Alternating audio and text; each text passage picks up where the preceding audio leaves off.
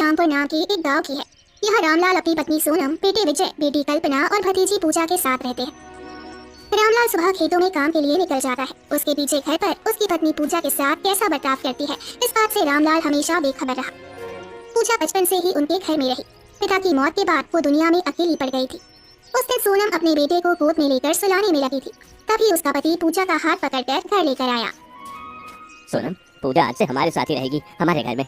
तुम इसके साथ वैसा ही बर्ताव करना जैसे अपने बच्चों के साथ करती हो। पूजा आज से हमारी बेटी है। सोनम ने बहुत गुस्से से अपने पति को देखा। वो पूजा को भी गुस्से से घूरने लगी। पूजा डरकर अपने चाचा से चिपक गई। चाचा, मुझे डर लग रहा है।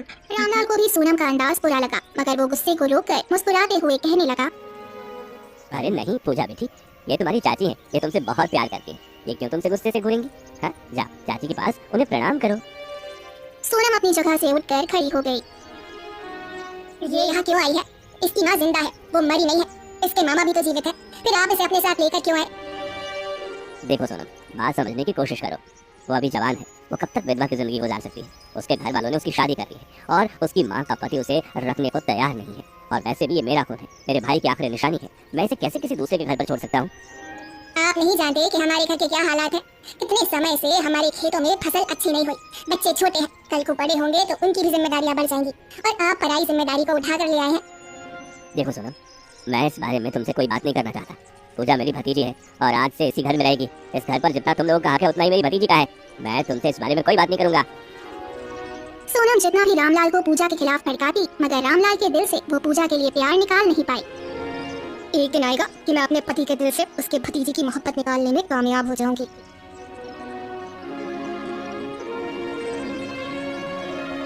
सोनम पूजा को सारा दिन काम में लगाए रखती, मगर फिर भी ना जाने क्यों उसका गुस्सा कम ना होता। इधर आओ पूजा, क्या कर रही हो तुम? सोनम की आवाज सुनकर पूजा भागी भागी उसके पास आई। बर्तन धो लिए हैं, सफाइयाँ कर ली है? जी चाची, सारे काम मैंने पूरे कर लिए हैं। और रात के खाने के लिए सब्जी भी काट के रख दी है, और आटा भी गूंद लिया है। जी चाची, मैंने सारा काम कर लिया है। अब मैं अपने कमरे में जाकर पढ़ाई करने लगी हूँ। पूजा जल्दी से बोल पड़ी कि कहीं एक बार फिर से सोनम उसे काम पर ना लगा दे। किसकी इजाजत से तुम अपने कमरे में जा रही हो? मेरे पैरों में बहुत दर्द हो रहा है, मेरे पैर दबाओ। सोनम ने अपने पैर पूजा के सामने रख दिए। वो अपने छोटे छोटे हाथों से उसके पैर दबाने लगी। जब रामलाल घर आया तो सोनम ने जल्दी से पैर पीछे कर लिए। अब जाओ अपने कमरे में जाकर पढ़ाई करो। रामलाल घर के अंदर आ गया। उसके हाथ में बहुत सारी मिठाइयाँ थी। ये मिठाइयाँ किस खुशी में? अरे आज फसल बहुत अच्छी बिक गई है, इसी खुशी में मिठाई लेकर आया हूँ। देखा तुमने, जब से पूजा इस घर में आई हमारे घर में भी खुशहाली का रास्ता आ गया है। जितनी फसल मैं 2 साल में बेचा करता था वो 1 साल में बेच ली। आपको तो बस बहाना चाहिए अपनी भतीजी की तारीफ करने का। और एक आपकी भतीजी है, हर वक्त मेरे कमरे में घुसी रहती है। मजाल है जो कोई काम कर ले। अरे वह तो बिल्कुल छोटी सी बच्ची है, तुम मुझसे क्या उम्मीद रखती हो कि वह तुम्हें घर के काम करके देगी? अरे हमारी कल्पना जितनी तो है वो। अरे आप कल्पना के साथ मत मिलाया करें। मेरी कल्पना बहुत समझदार है और आपकी भतीजी बहुत ही ज्यादा नालायक और बेवकूफ लड़की है। अब की बार रामलाल ने कोई बात नहीं की। वो जानता था कि जितना बोलेगा उतना ही उसकी पत्नी गुस्सा करेगी, इसीलिए वो बात बदलकर उसके मायके वालों का हाल पूछने लगा। उन दिनों पूजा के पेपर होने वाले थे। सोनम उसे हर वक्त स्कूल से आने के बाद काम पर लगा रखती। घर की अच्छी तरह सफाई करनी है, दिवाली आने वाली है और अभी तक हमने पर्दों और चादरों की सफाई तक नहीं की। जल्दी से मेरे साथ लगकर पूरे घर की सफाई करो। सोनम ने थोड़ा बहुत काम किया, फिर वो एक जगह बैठकर पूजा को हुक्म देने लगी। वो छोटी सी बच्ची छोटे हाथों से काम करती और जब काम गलत हो जाता तो सोनम उसे बहुत मारती। पता नहीं कौन सा बुरा दिन था जब मेरे पति तुम्हें लेकर आए। अरे तुमने तो मेरा सुकून बर्बाद कर दिया है। मेरे दहेज के बर्तन तोड़ दिए, अभी तो मैंने इस्तेमाल भी नहीं किए थे। सोनम उसे मारती जाती और उसे गालियां देती जाती। सारा दिन घर के कामों में बिजी रहने के कारण पूजा पेपर की तैयारी भी नहीं कर सकी। पूजा पूरे पेपर खाली छोड़कर घर आ गई और जब रिजल्ट आया तो पूजा पेपर में फेल हो गई। पूजा इधर मेरे पास आ। आज मैं तुम्हारे स्कूल गया तुम्हारा रिजल्ट पता करने। मुझे पता चला तुम फेल हो गई हो। ऐसा क्यों? तुम पढ़ाई क्यों नहीं करती? पूजा सिर झुकाकर खड़ी हो गई। इसका पढ़ाई की तरफ ध्यान ही नहीं है। आपको मैंने कहा भी है कि इसे इतने महंगे स्कूल में मत डाले, मगर आप मेरी बात नहीं मानते। पूजा दिन ब दिन कमजोर होती गई। पढ़ाई भी उसके बस से बाहर होने लगी। चाचा, मैं आज के बाद स्कूल नहीं जाऊंगी, मुझसे पढ़ाई नहीं होती। पूजा सिर झुकाकर रोने लगी। वो रामलाल को सच नहीं बता सकी कि उसे घर पर पढ़ने का समय ही नहीं मिलता और स्कूल में टीचर भी मारती है। देखो, तुम्हें पढ़ाई करनी होगी, वरना मैं तुम्हारी माँ और दुनिया वालों से क्या मुंह दिखाऊंगा। सब कहेंगे कि मैं अपनी अनाथ भतीजी को पढ़ा भी ना सका। जब वो खुद कह रही है कि वो नहीं पढ़ सकती, तो आप उसके साथ जबरदस्ती नहीं कर सकते। वैसे भी वो बहुत नालायक है, इसे कुछ भी याद नहीं होता। हर वक्त सोनम पूजा को मारती रहती, उस पर जुल्म करती। सारा दिन कामों में लगे रहने की वजह से पूजा का पढ़ाई से बिल्कुल मन हट गया। स्कूल से टीचर भी शिकायतें करने लगे। देखिए मिस्टर रामलाल, आपके बाकी दोनों बच्चे भी इस स्कूल में पढ़ते हैं, दोनों बहुत होशियार हैं। बहुत ही तेज दिमाग, जो एक बार उन्हें पढ़ा दिया जाए उन्हें याद रह जाता है। मगर आपकी ये भतीजी, इसकी होमवर्क भी नहीं पूरी होती, सबक भी नहीं पढ़ती है। अब मेरी माने तो इसे घर बिठा ले, वैसे भी इसके ऊपर पैसे बर्बाद करने का कोई फायदा नहीं। और इस तरह से पूजा की पढ़ाई भी छूट गई। अब वो सारा दिन घर में सोनम के सामने रहने लगी। सोनम का दिल चाहता तो उसे मारने लगती, जब दिल चाहता सारा दिन काम पर लगाए रखती।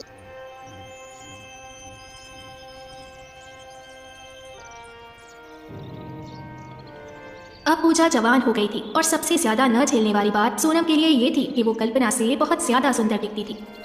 मैं इसे अच्छा खाना भी नहीं देती, इसे आराम करने का भी समय नहीं मिलता, सजने संवरने के लिए भी इसके पास कुछ नहीं है, फिर भी ये मेरी कल्पना से ज्यादा सुंदर दिखती है। ऐसा क्यों? जितना सोनम उसे तंग करती, जितना कल्पना उसे नीचा दिखाती, पूजा दिन ब दिन उतनी ही निखरती जाने लगी। अब जो भी कल्पना के लिए रिश्ता आता वो पूजा को पसंद करने लगता।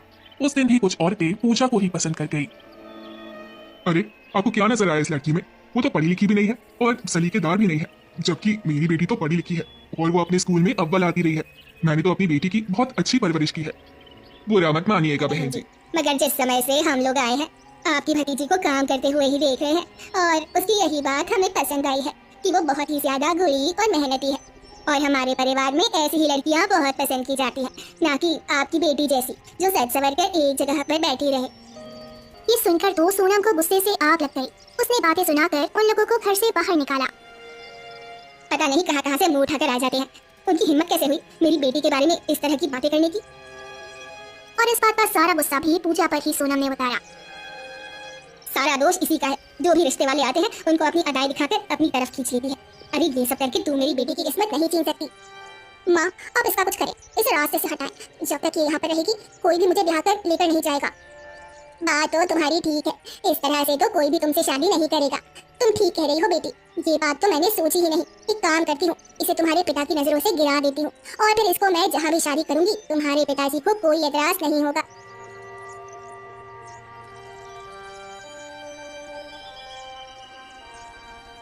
अगले दिन से ही सोनम ने अपनी चाल पर काम करना शुरू कर दिया। उनका स्टोर घर के ऊपर वाले हिस्से में था।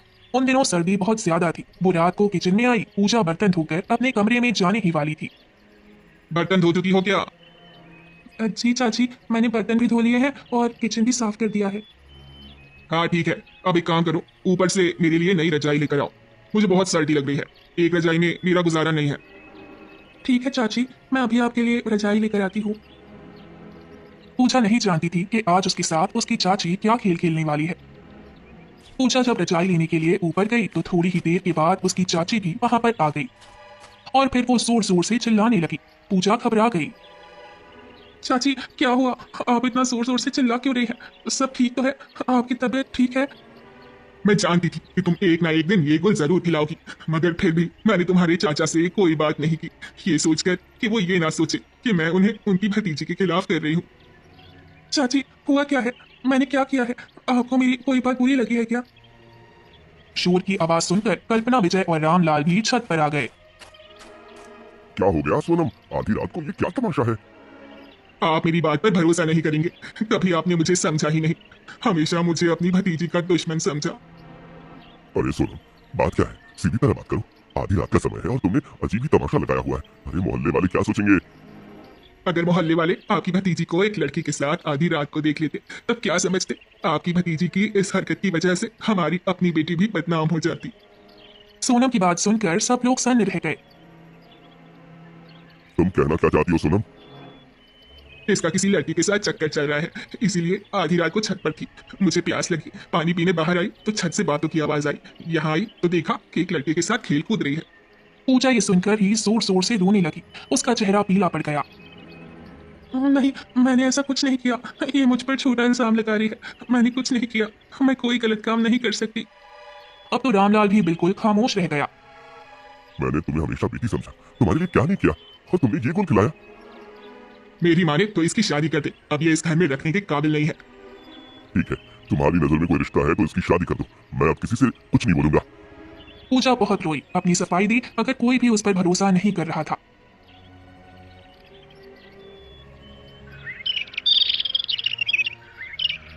सोनम ने अपनी एक दोस्त के साथ मिलकर एक शराबी और नशेड़ी के साथ पूजा का रिश्ता तय कर दिया।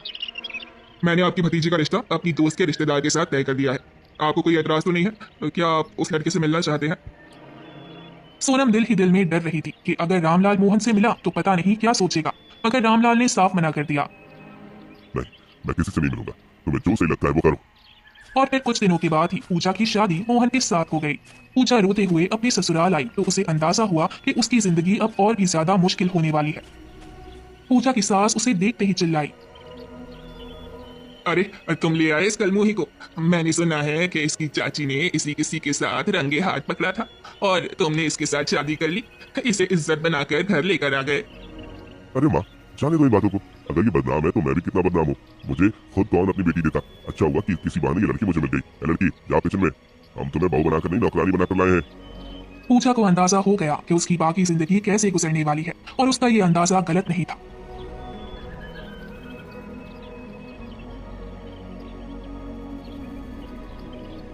अगले दिन सुबह सुबह सास ने उसे उठा दिया। अरे ये क्या, अभी तक सो रही है? चलो निकलो बाहर, मेहमान आएंगे, उनके लिए खाने पीने का इंतजाम करना है। पूजा ने अपने आंसू रोककर घर के सारे काम करना शुरू कर दिए। वैसे भी उसे काम करने की आदत थी। चलो ये बात तो माननी पड़ेगी, तुम हो बहुत कुड़ी, काम ही जल्दी जल्दी करती हो। हाँ माँ, ये बात तो मैंने भी महसूस की है। चलो अच्छा है, कोई तो अच्छी बात है तुम्हारी बहू में। वक्त गुजरने के साथ साथ पूजा को अंदाजा हुआ कि उसकी चाची ने उसे कैसी मुसीबत में फंसा दिया है। मोहन नशा करता और जब उसे पैसे चाहिए होते तो वो पूजा को आकर मारता। मुझे पैसे चाहिए। मैं आपको पैसे कहाँ से लाकर दूं? मैं नहीं जानता, माँ से मांगू या किसी और से, मगर मुझे पैसे दो। पूजा मार खाते खाते थक जाती तो अपनी सास के पास आती। माँ जी, पतिदेव आपसे पैसे मांग रहे हैं। अरे कोई पैसे नहीं है मेरे पास, जाओ यहाँ से, उससे कह दो कि वो खुद कमा कर लाए। मेरे पास के पैसों से सिर्फ घर का गुजारा चलता है, अब मैं इसके खर्चे नहीं उठा सकती। पूजा जब आकर मना करती तो मोहन उसके मुंह पर थप्पड़ मारता। मुझे इनकार सुनने की आदत नहीं है, मुझे पैसे चाहिए। मगर मैं कहाँ से पैसे लाऊं? एक काम करो, तुम जमींदार के घर जाकर काम काज करना शुरू कर दो। मैंने सुना है कि वो अपनी नौकरानियों को अच्छे खासे पैसे देता है। उस दिन पूजा जोर जोर से रोने लगी थी। भगवान, मेरा ये क्या भाग्य लिखा है। पैदा हुई तो पिताजी की मौत हो गई, माँ ने दूसरी शादी कर ली, मेरी जिंदगी में कोई खुशी नहीं। सारी जिंदगी चाची ने मुझे नौकर बना कर रखा, और जब शादी हुई तो पति और सास ने भी मेरे साथ ऐसे ही सलूक किया। मैं जाऊं तो कहाँ जाऊं? अरे क्या तुम हर वक्त रोती रहती हो? घर में मनहूसियत फैला कर रखी है। माँ जी, मेरे पति कहते हैं कि मुझे ज़मींदार के घर में काम करना चाहिए और जो पैसे मिले लाकर अपने पति को देने चाहिए। हाँ तो क्या गलत कहता है मेरा बेटा, सारी पत्नियां अपने पति के लिए कुर्बानी देती हैं। अगर तुम करोगी तो कोई एहसान नहीं करोगी। और इस तरह से पूजा ने ज़मींदार के घर में भी काम करना शुरू कर दिया। सुबह अपने घर के सारे काम करके जाती और फिर बाकी सारा दिन ज़मींदार के घर काम करती। जब पैसे मिलते तो मोहन ले लेता। तुम तो मेरे लिए बड़े काम की चीज हो।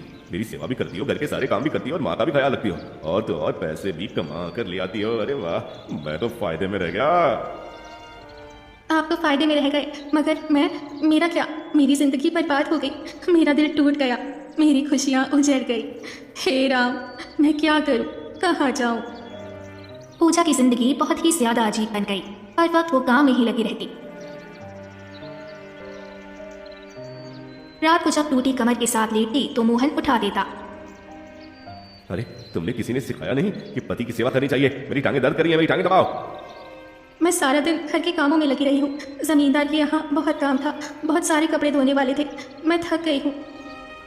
तुम मुझे मना कर रही हो? अपने पति को मना करती हो? अगर मैं तुम्हें धक्के देकर बाहर निकालूं तो कौन रखेगा तुम्हें?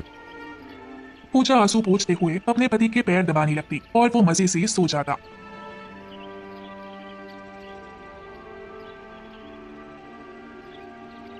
एक दिन पूजा रो रो कर भगवान से कहने लगी, हे भगवान, मुझे शांति दो, मुझे सुख दो। मैं अपनी जिंदगी से बहुत तंग आ गई हूँ। मैं अब और नहीं जी सकती। पूजा नहीं जानती थी कि उसकी प्रार्थना इतनी जल्दी सुन ली जाएगी। उस दिन मोहन अपने दोस्त के साथ शहर गया। वापसी में उन्हें बहुत देर हो गई। अरे अब तक तो मेरे बेटे को आ जाना चाहिए था। रात हो गई है, अभी तक वो घर नहीं आया। किसी से पता तो करो कि वो कहाँ रह गया। माँ जी, मैं किससे पूछूं? मैं तो यहाँ किसी को नहीं जानती। अरे जाकर जमुना के घर पूछो। जमुना का बेटा ही हमारे मोहन का दोस्त है, वो जरूर कुछ ना कुछ जानता होगा। आज भी दोनों साथ ही निकले थे। मगर इससे पहले कि पूजा कहीं जाती, खबर आई कि मोहन का एक्सीडेंट हो गया और वो मर गया। हाय राम, मेरा बेटा चला गया, मुझे इस बुढ़ापे में अकेला छोड़ गया। ये सब इस मनहूस लड़की की वजह से हुआ है। जब से ये घर आई है, खुशियां हमसे रूठ गई। निकल जाओ यहाँ से, मैं तुम्हें और नहीं झेल सकती। अरे इसमें इस बेचारी का क्या कसूर? जब से ये यहाँ आई है, इसने एक पल भी चैन से नहीं गुजारा। तुम दोनों ने इस पर बहुत जुल्म किया है। अब इसे और मत सताओ। पूजा बहुत रो रही थी। उसके पति की लाश सामने थी और वो पत्थर की मूर्त बन गई थी। अगर मुझे पता होता कि भगवान मेरी प्रार्थना ऐसे पूरी करेंगे तो मैं कभी सुख और शांति नहीं मांगती। अब मैं कहाँ जाऊंगी? क्या फिर से चाची के घर, जहाँ उन्होंने मेरा जीना मुश्किल कर दिया था? पति के आखिरी काम क्रियाक्रम के बाद सास उसे घर से निकालने लगी। अब मैं तुम्हें इस घर में नहीं रख सकती। तुम चली जाओ यहाँ से, वरना तुम्हारी मनहूसियत से मैं भी मर जाऊंगी। माँ जी, मेरे साथ ऐसा अन्याय मत कीजिए। मुझे मत निकालिए। मैं आपकी सेवा करूंगी, आपका ख्याल रखूंगी, बस एक कोने में पड़ी रहूंगी। नहीं नहीं, अब मैं तुम्हें बर्दाश्त नहीं करूंगी। चली जाओ, मैं अपनी बेटी के घर जा रही हूँ और इस घर को किराए पर दे दूंगी। जाओ अपने चाचा के घर। सास ने उसे घर से बाहर निकाल दिया। वो रोती हुई चाची के घर पहुंची। तू मनहूस लड़की एक बार फिर मेरे घर आ गई। क्या सोच कर आई है यहाँ? चाची ऐसा मत कीजिए, मैं आपकी नौकरानी बन जाऊंगी। बस मुझे बाहर मत निकालिए। मेरी सास ने भी मुझे निकाल दिया है। तो तू है ही इसी लायक कि सब तुझसे नफरत करे? क्यों चाची, आखिर मेरी गलती क्या है? मैंने किसका क्या बिगाड़ा है? मेरे सामने जबान मत चला, निकल यहाँ से।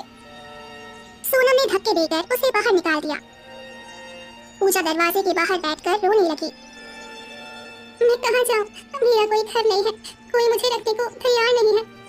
पड़ोस की एक चाची जो उसे बचपन से जानती थी, उसे पूजा पर बहुत दया आई। वो उसे अपने घर ले आई।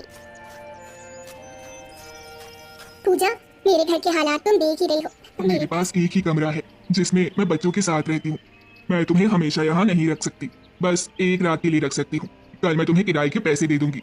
तुम अपने मामा के घर चली जाना, वे तुम्हें रख लेंगे। अरे हाँ चाची, ये तो मैंने सोचा ही नहीं।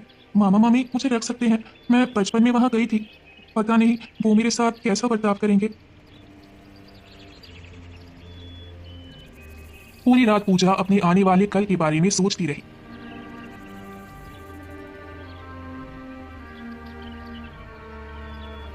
सुबह नाश्ता करके और पैसे लेकर वो सफर पर निकल पड़ी। जब वो वहां पहुंची तो उसने अपने नाना और मामा के बारे में पूछा। लोगों ने उसे मामा के घर पहुंचा दिया, पर उसे देखकर मामा ने पहचानने से मना कर दिया। कौन हो तुम लड़की और मेरे घर क्या करने आई हो? मैं पूछा हूँ। आपकी भांजी, आपकी बहन सीता की बेटी। ठीक है, पहचान लिया, पर यहाँ आई क्यों? मैं सहारा लेने आई हूँ। मुझे मेरी सास और चाची ने घर से निकाल दिया। पूजा ने अपनी सारी दुख भरी कहानी सुनाई, पर मामा ने भी उसे रखने से मना कर दिया। तुम यहाँ से चले जाओ। तुम जैसी मनहूस लड़की को हम नहीं रख सकते। तुम पैदा हुई तो पिता को खा गई और अब पति भी मर गया। मामा के घर से ठुकराई हुई पूजा की आंखों में आंसू भर आए। वो भारी कदमों से गांव से बाहर निकल आई। पैरों में छाले थे और दिल में गहरा जख्म। चलते चलते सामने एक पुराना पीपल का पेड़ दिखा। पूजा की हिम्मत टूट गई और वो उसकी जड़ों के पास बैठ गई। हे ईश्वर, ये कैसा इंसाफ है। पिता का साथ छूटा तो सोचा चाचा सहारा बनेंगे, पर वहाँ नौकरानी बना दी गई। चाची ने इल्जाम लगाकर निकाला तो सोचा पति के घर सुख मिलेगा, पर वहाँ नरक मिला। मामा के घर आई तो उन्होंने भी भगा दिया। अब तू ही बता, मैं कहाँ जाऊँ? क्या बेटी होना पाप है? पूजा जोर जोर से रोने लगी। धूप और मन की तकलीफ की वजह से उसके शरीर की ताकत खत्म हो गई। उसे चक्कर आने लगे। आंखों के सामने अंधेरा छा गया और वो बेहोश होकर गिर पड़ी। उसी समय अपनी बड़ी सी हवेली से एक मालकिन अपनी नौकरानियों के साथ बाहर निकली। पीपल के नीचे एक लड़की को देखकर वो नौकरानी उसे कहने लगी, अरे इस पेड़ के नीचे कौन है, चलकर देखना चाहिए, कहीं कोई बेचारी लड़की मुसीबत में तो नहीं। वो मालकिन पूजा के पास आई। जब उसने पूजा का चेहरा देखा तो वो चौंक गई। वो उसका चेहरा हाथों में लेकर देखने लगी। क्या हुआ मालकिन, आप क्या देख रही हैं? मालकिन ने अपना शक दूर करने के लिए पूजा के गले की चेन देखी। जब उसने चेन का लॉकेट खोलकर देखा तो उसे पक्का यकीन हो गया। मालकिन जोर जोर से रोने लगी। इसे उठाओ, इसे हवेली लेकर चलो, पता नहीं मेरी बेटी के साथ क्या क्या हुआ है। नौकरानियों ने पूजा को उठाया और एक कमरे में ले आई। जब पूजा को होश आया तो उसने देखा कि वो एक बहुत सुंदर और ठंडे कमरे में है। उसका सिर किसी की गोद में था और कोई बहुत प्यार से उसके बालों को सहला रहा था। पूजा ने आंखें खोली तो सामने एक औरत को देखा जिसकी आंखों से बहुत प्यार बरस रहा था। मैं कहाँ हूँ? आप कौन है माँ जी? मैं तो पेड़ के नीचे थी। शांत हो जा बेटी, तू अपने घर में है। भगवान का शुक्र है कि तू मुझे सही समय पर मिल गई। आपका चेहरा जाना पहचाना लगता है, क्या मैंने आपको पहले कहीं देखा है? बेटी, ये लॉकेट तुम्हारे पास कब से है? ये तुम्हारे पास कैसे आया? ये तो मेरी माँ की आखिरी निशानी है। मैंने इसे कभी अपने गले से नहीं उतारा, चाहे जितने भी दुख मिले हो। इसे हाथ में पकड़कर मुझे शांति मिलती है। इसमें मेरी और मेरी माँ की छोटी सी फोटो है। और ये देख, ये मैं ही हूँ पूजा, मैं तेरी माँ सीता हूँ। मैंने तुझे इसी लॉकेट से पहचाना। ये मैंने ही तेरे बचपन में तेरे गले में पहनाया था ताकि भगवान तेरी रक्षा करे। और आज तुझे इस हाल में देखकर मेरा दिल फटा जा रहा है।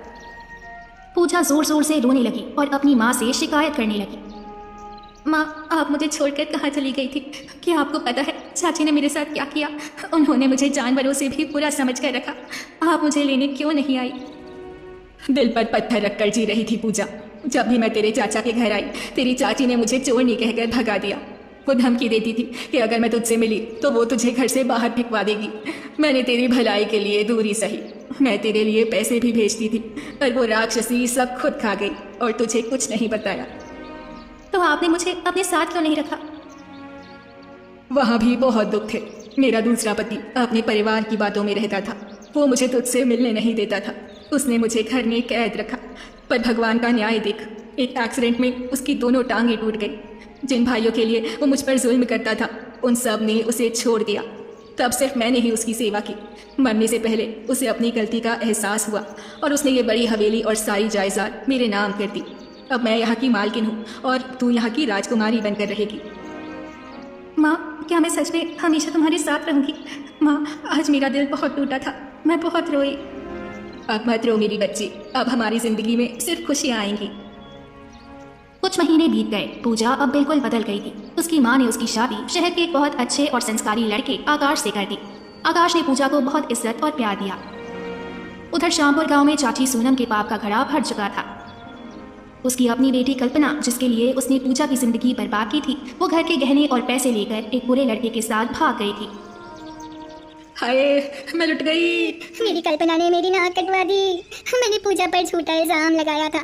आज वो कलंक मेरी बेटी के माथे पर लग गया। ये सब तुम्हारे कर्मों का फल है सोनम। तुमने उस अनाथ बच्ची को तड़पाया, उस पर झूठा दोष लगाया। आज भगवान ने सब कुछ सच सामने ला दिया। हाँ, मुझे अपनी गलती का एहसास है। मुझे बताइए, पूजा कहाँ है? मैं उसके पैरों में गिरकर माफी मांगूंगी। शायद तभी मेरे दिल को शांति मिलेगी। मैं उसे पता करने गया था। उसके मामा ने बताया वो अपने माँ के पास चली गई। अब वो हमसे कभी नहीं मिलेगी। सोनम रोती पीटती पूजा की हवेली पहुंची और उसके पैरों में गिर पड़ी। पूजा बेटी, मुझे माफ कर दो। मैंने तेरे साथ बहुत अन्याय किया। मैंने तुझ पर झूठा इल्जाम लगाया, पर आज मेरी अपनी बेटी भाग गई। मैंने तेरा नसीब बिगाड़ना चाहा, पर मेरा अपना ही घर उजड़ गया। चाची उठिए, मैंने आपको कब का माफ कर दिया है। दुनिया का यही नियम है, जो हम बोते हैं वही काटते हैं। आपने कांटे बोए थे, इसीलिए आज आपके हाथ जख्मी है। काश मैंने तुझे बेटी माना होता तो आज कल्पना भी तेरे जैसी संस्कारी होती। भगवान के घर में देर है पर अंधेर नहीं।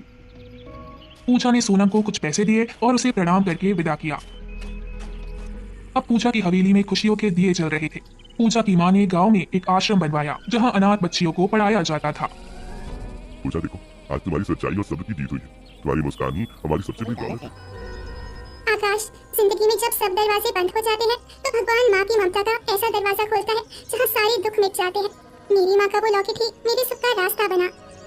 शाम हो रही की थी, पर पूजा की जिंदगी में एक ऐसा सूरज उगा था जो कभी नहीं डूबने वाला था। हवेली के आंगन में तुलसी के पौधे के पास पूजा ने दिया जलाया और शांति से अपने परिवार की सुख शांति के लिए प्रार्थना करने लगी। अब ना कोई कलंक था, ना कोई अन्याय, बस प्यार ही प्यार था।